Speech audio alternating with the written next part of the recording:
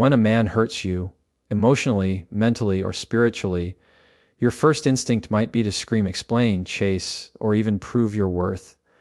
But here's the twist. The real power comes when you respond in a way he never saw coming.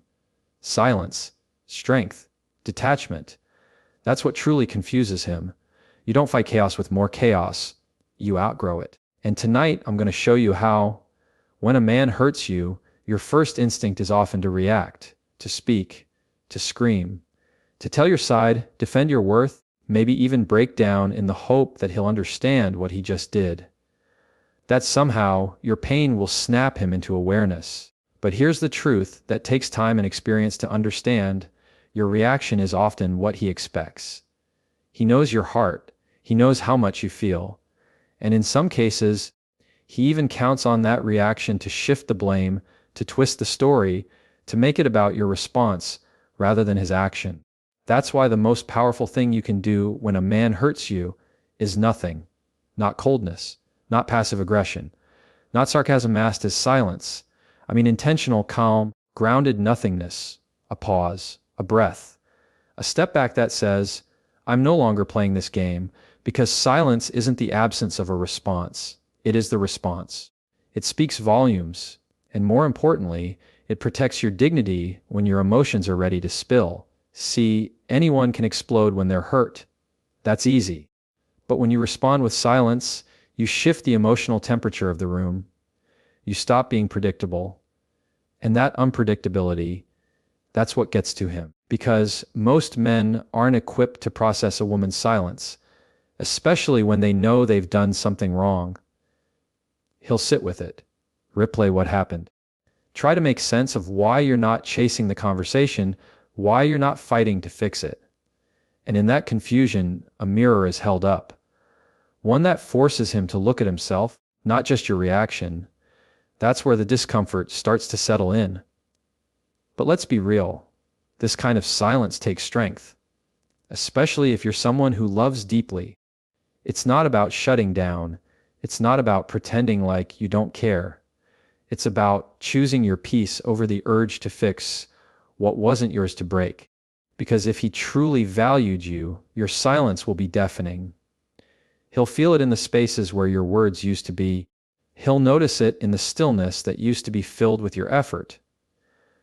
The point isn't to manipulate him. It's to protect your peace. You don't owe a response to someone who chose to hurt you. You don't owe clarity to someone who created the confusion.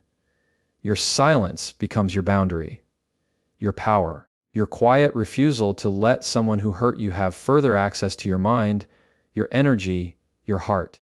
What throws him off more than anything is the realization that he can no longer pull you into his storm. That you've found stillness within yourself. That you've stopped begging to be understood. That you've walked away from the argument before it even started. That's confusing. Because he expected emotion, and you gave him elevation. So the next time a man hurts you, and you feel that fire rising in your chest, that need to explain, defend, cry, shout, I want you to remember this. Silence doesn't mean you're okay with what happened. It means you're done giving life to something that only drains you. And nothing unsettles a person more than realizing you've found peace in the middle of their chaos. Because when your silence says everything, there's nothing left for him to hold on to. There's something powerful about a woman who sets a boundary without explaining herself, without overtalking, without softening it so it doesn't feel too uncomfortable for the person crossing it. When a man hurts you, his next move is often to test how far he can go. Can he apologize just enough to get back in? Can he twist your words to make you second, guess yourself? Can he guilt you into believing your standards are the problem? But when you stand your ground, quietly, clearly, and without debate, that's when the real shift begins. You don't need to explain why you're no longer accepting disrespect. You don't need to map out your trauma to justify your decisions. You don't owe anyone a detailed backstory for why something doesn't sit right with your soul. If it doesn't feel right, that's enough. If it drains your energy, that's reason enough. If it disrespects your worth, you're allowed to walk away. No monologue. No essay. Just This doesn't work for me. That's it. Clean, clear, final. And here's why that confuses a man who's hurt you. Because he's used to access. He's used to the back and forth. He's used to the way you used to explain, adjust, lower the volume of your needs just to keep the peace. He's used to being able to touch your emotions, trigger your reactions, reopen old conversations just to delay accountability. But now you're drawing a line in the sand without raising your voice. You're protecting your peace without trying to convince him why it matters. That energy is different. And trust me, it gets noticed. See, when you stop over-explaining, you stop inviting confusion into your life. You stop giving people the chance to twist your intentions, to reframe your truth, to turn your clarity into a debate. A woman who calmly sets a boundary without defending it is a woman who knows her value. And that kind of self-assurance can't be faked. It doesn't beg for understanding.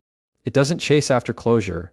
It simply says, you no longer get to operate in my space the way you once did. And maybe he doesn't get it.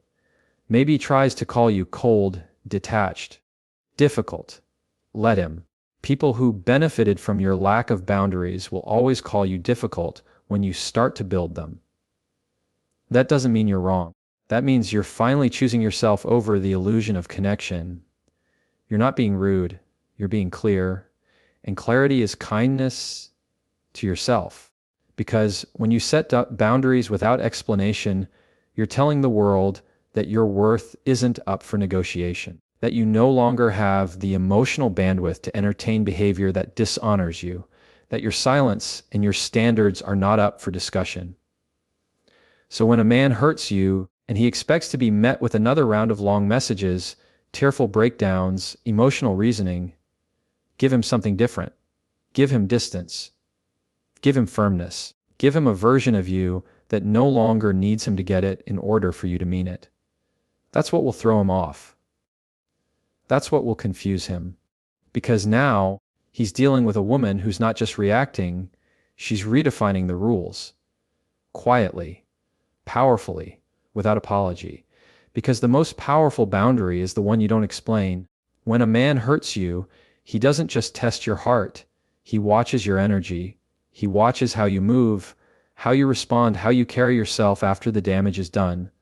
And most of the time, he's banking on the fact that you'll stay in emotional disarray, that your energy will remain attached to the hurt, that you'll still be orbiting around his choices, still carrying the weight of his actions, still showing up in a way that keeps you tethered to the story he created. That's the part he doesn't say out loud, but it's the part that keeps him comfortable. So when you start to shift your energy, when you stop leading with emotion and start leading with presence, it throws him off. It's not about pretending. It's not about putting on a mask of strength. It's about reclaiming your space, reclaiming your voice, reclaiming the room when you walk into it without dragging the pain along with you. That's confusing to someone who expected to see you broken. That's unsettling to someone who thought he'd always have a hold on your energy. Because people feel your shift before they hear your words. You can be in the same room with someone and say very little, but your posture, your calm, your focus, it says everything.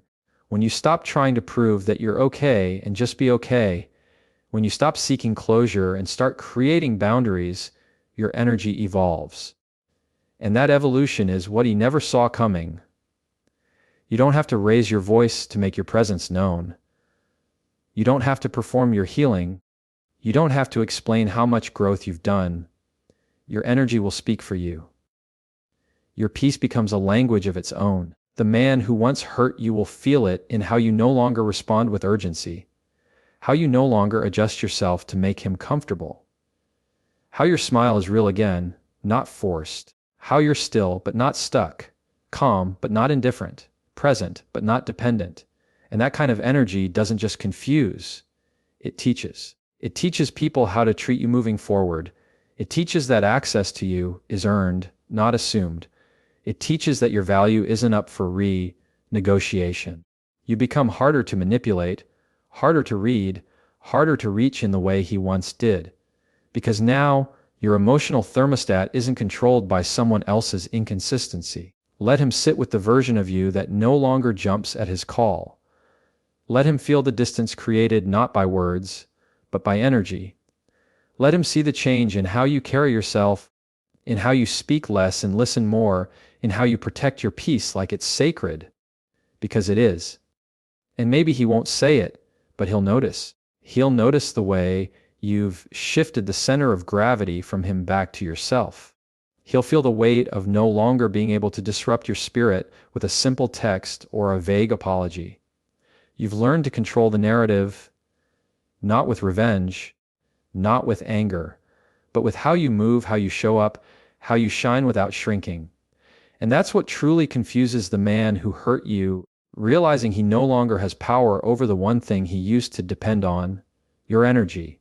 Because once you shift your energy, you shift the story. When a man hurts you, there's often this urge to go back and forth with him, to make him understand, to win the argument, to walk away with the last word like that's where the power lies. But here's the truth that many people don't tell you: the power isn't in winning the argument. It's in outgrowing the need for it altogether. Growth doesn't announce itself in loud debates or detailed breakdowns. Growth shows up when you choose peace over proving a point. When you realize that not every insult deserves a reaction and not every lie deserves your truth. Sometimes, the most confusing thing you can do to someone who hurt you is not confront them, but evolve beyond them. To respond not with anger, but with distance. To stop asking why and start living as if the why no longer matters. And that evolution, that shift, it stings more than any words ever could. Because the man who once knew how to trigger you now finds himself staring at a version of you he can't reach, can't read, can't shake. He expected a fight. He expected emotion. He expected you to stay where he left you, bitter, reactive, stuck. But when you outgrow the dynamic, when you let go of the tug of war and walk away with your head high, it throws everything off. That's not what he's used to. He's used to the back and forth, the emotional availability, the parts of you that used to seek his validation. Now you've removed yourself from that system. Now you've made peace with not getting closure from him, because you gave it to yourself. There's nothing more confusing to someone who thought they had you figured out than watching you stop trying. Watching you choose stillness over chaos. Watching you build your life around your healing, not their attention. You don't chase, you don't explain, you don't revisit the same wound waiting for a different apology. You just grow, quietly, consistently, unapologetically. And growth is loud, even when you don't say a word. It's loud in how you glow differently, in how your boundaries hold, in how your energy no longer bends to their rhythm, in how you start building a life that reflects who you're becoming, not who they tried to reduce you to. That kind of growth is hard to look away from, and even harder to understand when someone thought they broke you.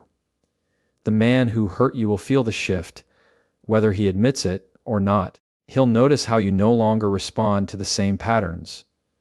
How your silence isn't cold, it's peaceful. How your absence isn't about playing games, it's about protecting your space. You didn't win the argument because you stopped needing to, and in doing so, you reclaimed every ounce of power that was tied up in trying to be understood. Sometimes, the best thing you can do is move on so profoundly that you no longer need them to acknowledge the damage. You become your own closure. You become your own healing. You become the lesson they never expected to learn, not because you forced them to see it, but because you became too far removed for them to deny it. Because when you stop trying to win and start focusing on who you're becoming, you don't just end the argument, you end the access. When a man hurts you, the world will often tell you to disappear, to block him, delete the past, go ghost. And yes, sometimes distance is necessary. But what really throws him off, what truly confuses him, is when you don't vanish. You stay present, but you're no longer affected. You're still in the room, still holding your ground, but the emotional access is gone. He can see you, hear you, maybe even talk to you, but he can no longer touch you the way he used to. that invisible wall between presence and distance. That's where your power lies, because presence without vulnerability is a whole different level of strength. You're not hiding, you're not playing games, you're just detached. And that confuses someone who was used to having emotional leverage over you. He remembers the version of you that leaned in when he pulled away. That softened every time he came back around. That stayed warm even after he went cold. But now you're calm, collected, controlled. Not rude, not angry, not dramatic, just unavailable in the ways that once gave him power. There's something deeply unsettling to a man when he realizes you're still showing up in life, but not for him. You're not ignoring him out of spite. You're not giving him the silent treatment to punish him. You're simply not moved anymore. And that shift doesn't scream, it whispers. It shows up in how you look at him and no longer seek recognition, in how you speak to him without emotional undertones, in how your smile, your posture, your presence no longer revolves around his energy. He'll try to test it. He might send those texts that once pulled you back in. He might give just enough attention to bait a reaction. He might even act like nothing happened, just to see if you'll fall back into place.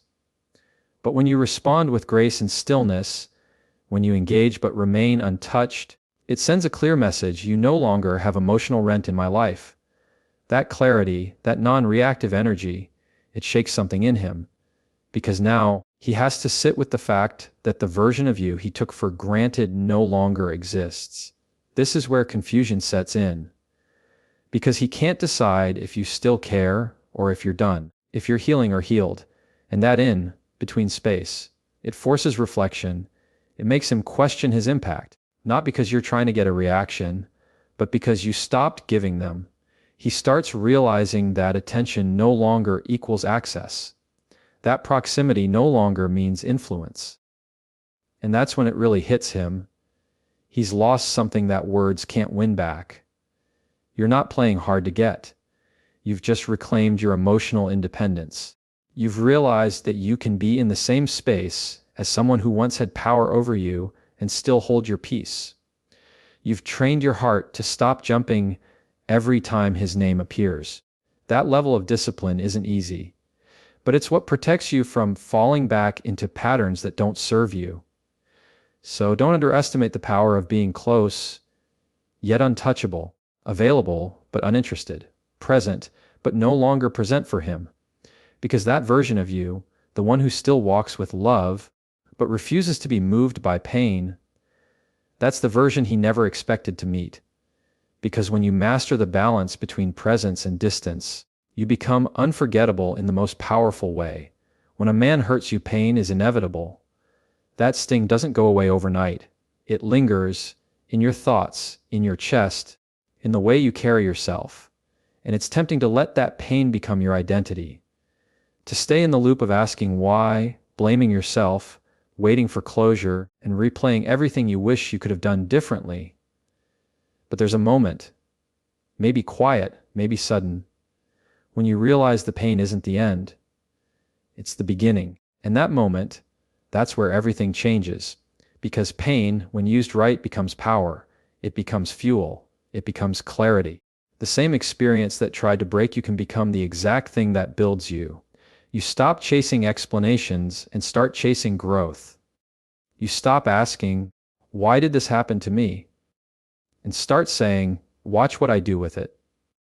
That's what confuses him more than anything. Not the hurt, not the silence, not even the boundary, but the transformation that happens after the storm. You become the woman he never expected you to turn into. He remembers the version of you that was tender, open, forgiving, always giving one more chance, always making space for his chaos. And now he's watching someone else emerge, someone grounded, someone certain, someone who used the same pain he caused to level up in ways he can't even comprehend. That glow up, that mental strength, that deep calm that wasn't there before, it doesn't come from pretending. It comes from doing the real, quiet work when no one was watching, from crying it out and still getting up, from breaking down and still choosing to rebuild. And here's the thing, he might not say it, but he'll feel it. in how you no longer flinch when his name comes up, in how you've stopped shrinking to make others comfortable, in how you show up for yourself without needing him or anyone else to validate it. You're not bitter. You're not angry. You're just better. Not better than him, better than who you used to be when he had a hold on you. That kind of shift is hard to explain, but it's impossible to ignore. It's in how you protect your time, how you guard your peace, how you're no longer impressed by shallow words or half-hearted effort. It's in the way you now require more because you've seen what settling costs you. And the man who once hurt you, he's left standing in confusion because he thought the pain he caused would keep you stuck, not lift you. But you're not stuck. You're not even looking back. You're walking into rooms with confidence he never nurtured in you because you found it within yourself. You're building things, learning, growing, loving better, not just others, but yourself. You've stopped romanticizing potential and started requiring proof. You've outgrown the version of you that needed to be chosen. Now you choose yourself, and that's what he'll never fully understand, how the pain he caused became the reason you elevated. That instead of letting it define you, you let it refine you. He thought he broke you, but really he woke up something in you that was never going to sleep again. Because when you turn your pain into power, you don't just move on, you rise above. And once you rise, you never go back,